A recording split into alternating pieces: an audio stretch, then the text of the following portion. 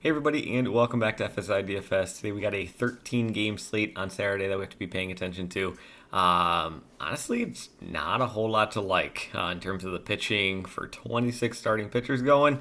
It's pretty ugly. So let's just dive right into it. We won't go through every pitcher, but we'll highlight the ones I think are going to be important. So Aaron Nola up at the top, 11K on the road at Pittsburgh. He's the best pitcher on the slate in terms of his ability to generate strikeouts, floor, ceiling, all that kind of stuff. 11K is just really pricey. You're hoping to get at least like 25, 26 DK points in this matchup and at that price tag. Can he get there? Absolutely. Do I feel like super safe about it?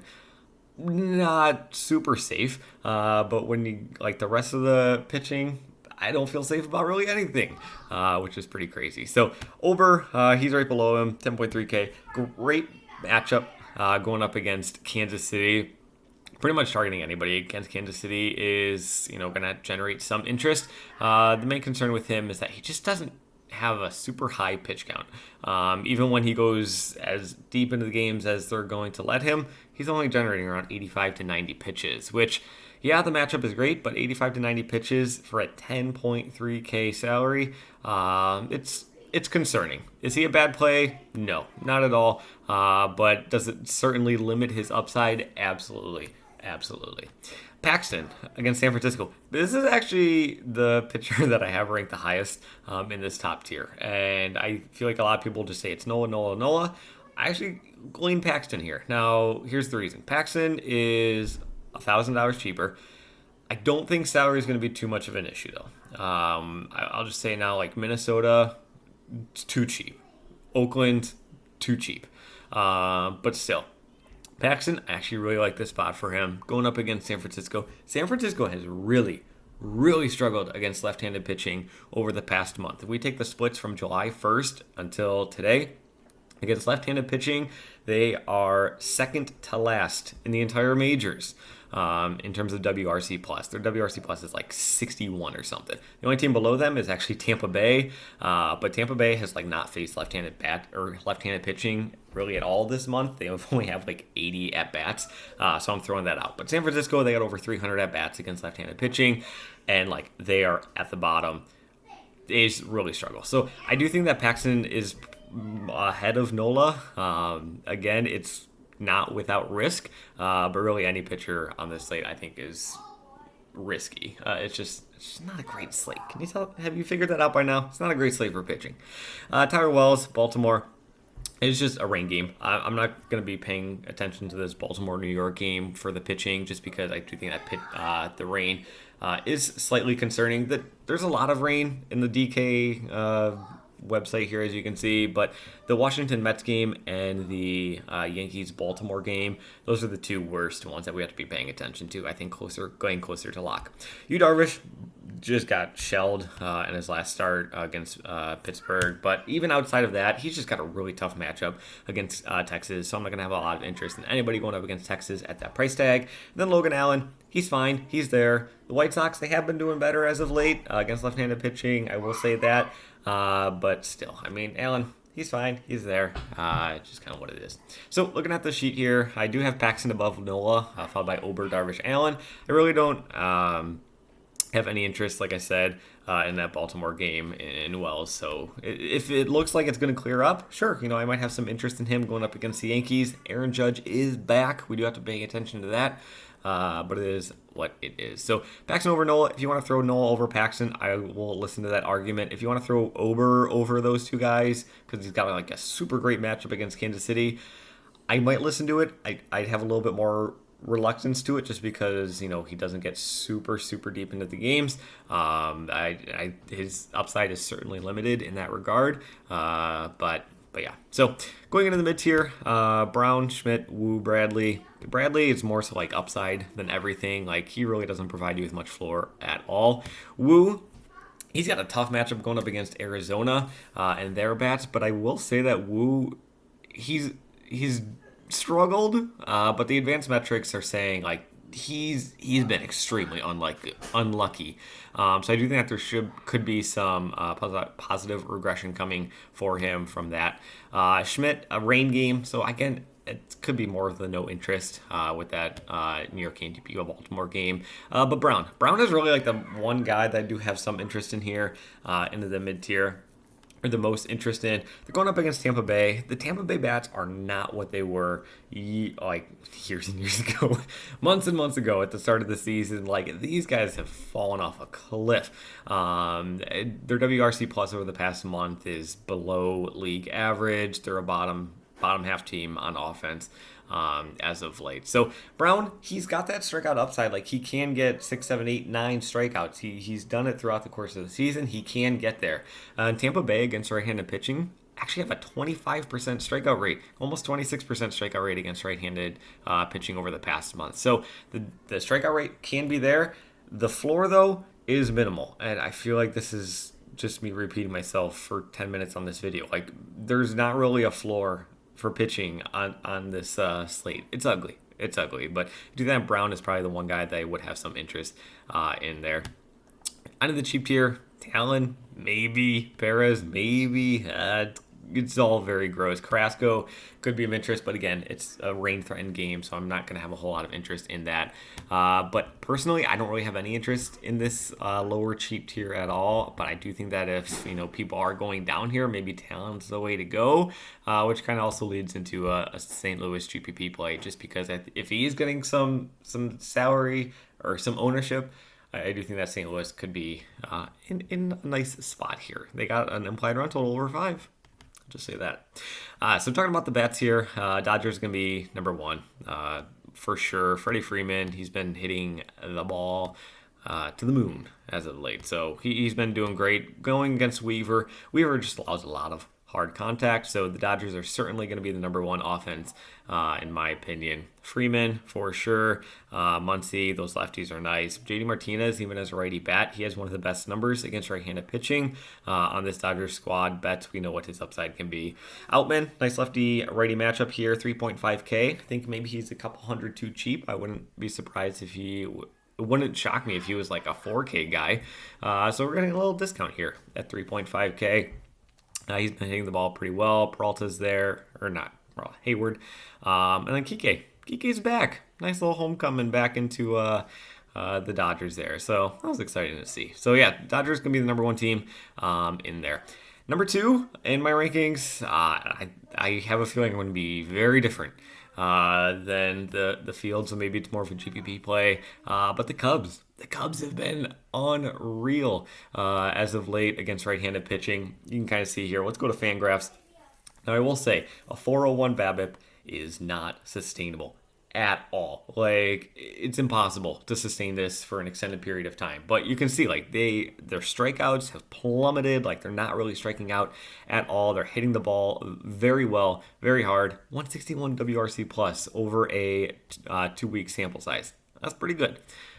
But is it sustainable? Absolutely not. Like I said, this 401 BABIP it's not sustainable. But Wainwright, he's really struggled as of late. And when he struggles, like it gets ugly pretty quickly. So I think the salaries for Chicago are very intriguing as well. Like you got Talkman at 3.4K. He's probably going to be leading off in a nice lefty-righty matchup. Ian Happ, I love it. He could be a nice spot there as well. Oop, did not mean to click on Yankoms there. Laptop touchpad. Brutal. But Talkman, Happ absolutely are probably like the 2 most intriguing plays just because of that. Horner has been unreal. You can see he's hitting nearly 400 over his past 10 games, 13.8 DK points. Don't pay attention to game logs in baseball though. Especially like, because you got different pitchers, like you might be in Coors facing bad pitchers, and then it just skews everything. But yeah, so Bellinger, nice. I mean, like really, I love the Cubs. I know that their implied run total is like 9th on the list here, but I think with the salaries, with the blow potential of Wainwright, with how hot these bats have been, and how well they're seeing the ball, I really like the Cubs. So maybe it's a little bit different. I'm just scrolling through the tabs. Here's the tabs. Here's the weather tabs in case you guys were curious. This is on covers.com. I'll give them credit. So I kind of look to see some stuff. But you can see this Mets game. It's looking pretty dicey in the Baltimore game. Both are over 50%. St. Louis 29%. So like the other ones aren't as concerning, but it was the Mets in Baltimore, like I said. So yeah, now you can see all the tabs they got pulled up. But the Dodgers, Cubs are going to be there for sure. Boston, I have ranked third. Atlanta, they got super high implied run total, but they're going to be in play on any given slate. But Boston, I think, is going to be another intriguing play here. Let's see if we can find them. Whoop, there we go. They are going up against San Francisco. Walker, he's just going to be pitching off, but then it's going to be DeSclafani pitching in long relief. DeSclafani, boy, talk about day and night. Start of the season, he was on fire. He was doing great. It was just like 23 DK point outing after 23 DK point outing. Something clicked, or not something clicked, something broke and at the start of June, and it's been all downhill from him there. So I really do think that Boston could be a very intriguing play. I just really like Boston against right-handed pitching. They just have some left-handed bats that are just great. Casas, he's been one of the hottest hitters in baseball. You can see he's hitting 500, 14 of his past 28, 5 home runs in that time frame. So tough ballpark in San Francisco, but still a 3.4 price tag. And you can see really quickly, like there's a lot of first basemen that I have a whole lot of interest on this slate. But I do really like Boston and just like all their left-handed bats that they do have, because they got a lot of them. Going into the GPP, I know I have a lot of like split GPP here just because there's so many teams that I have interest in, just because there's not a whole lot of pitching to like. But St. Louis, I think, is really intriguing going up against Talon. And like I said, Talon, I think, could generate some interest if people are going into that lower tier, which makes me like St. Louis even more. And St. Louis, like Vegas really likes them. They got an implied run total of like 5.3, 5.4. They're favorite. They're at home. So definitely could have some interest here with these guys. Newtbar and Donovan, 3.7, 3.6K. Very intriguing price tags. Obviously, you can go with Goldschmidt at 5.8, but I mean, maybe that could be a great pivot. Like I just talked about, like there's going to be a whole lot of first basemen that, people are going to be gravitating towards here on this slate. So maybe Goldschmidt is the guy that, it's people don't want to pay up for first baseman that's not one of the absolute studs. So maybe Goldschmidt could be your guy there. And then I put Cincinnati there as well. Excuse me. Cincinnati going up against the Dodgers, going up against Sheehan. Sheehan's really struggled. He's gotten blown up here as of late in his starts so far this season. So I'm going to have some interest in here. De La Cruz, he had a little bit of a slump here, as you can see, but then he's finally brought it back. And honestly, this guy's got he's got tournament winning upside every single slate, even as a batter. His main issue as of late has been like his strikeout rate. Like he is striking out at an ungodly clip. 17 strikeouts in his past 10 games. You can see 7 strikeouts in his past 3 games. It's concerning, absolutely. But Sheehan, he's not really going to be striking guys out. So perfect. This is the matchup where De La Cruz can really kind of snap out of his funk and really get on base and go crazy. So Cincinnati, St. Louis, I think are my top GPP plays. But Houston going up against Taj Bradley. Bradley, he's got the upside, but his floor is very minimal. So I'm going to have some interest in him there. And there's everybody else. Cheap tier, Minnesota, Oakland. Both teams are just far too cheap. Oakland, I mean, during Coors Field, you can pretty much play everybody. Galoff had a home run last night, 4.5K. Langoliers, Rooker, all these guys. Maybe it won't be Langoliers here today. I don't know. Sorry, Laureano. I meant to say Laureano. Not Langoliers, but Laureano. And I don't think it's flexing. I could be wrong, but I don't think it's flexing going today. I do think it's Anderson. But yeah, so Oakland's going to certainly be in play. And then Minnesota, they're just far too cheap. Only 3 guys above 3.3K. Julian is just... he hits the ball so well against right-handed pitching. 3.3K, it's too cheap. He's probably going to be a core play for us tonight. But even guys like Kepler at 2.8, Kurloff at 2.7. Like, what is going on? Why is Kurloff only 2.7K? Guy's been smashing the ball as of late. He's doing very well. Lyles is not a scary pitcher by any means. He needs to be more expensive than 2.7. But again, it's another first baseman that we have interest in. But I do think that Minnesota is just going to be way too cheap. So I think where like the optimal cash builds are going to be on the slate is kind of like pay up for pitcher in both spots and then jam in some Minnesota value.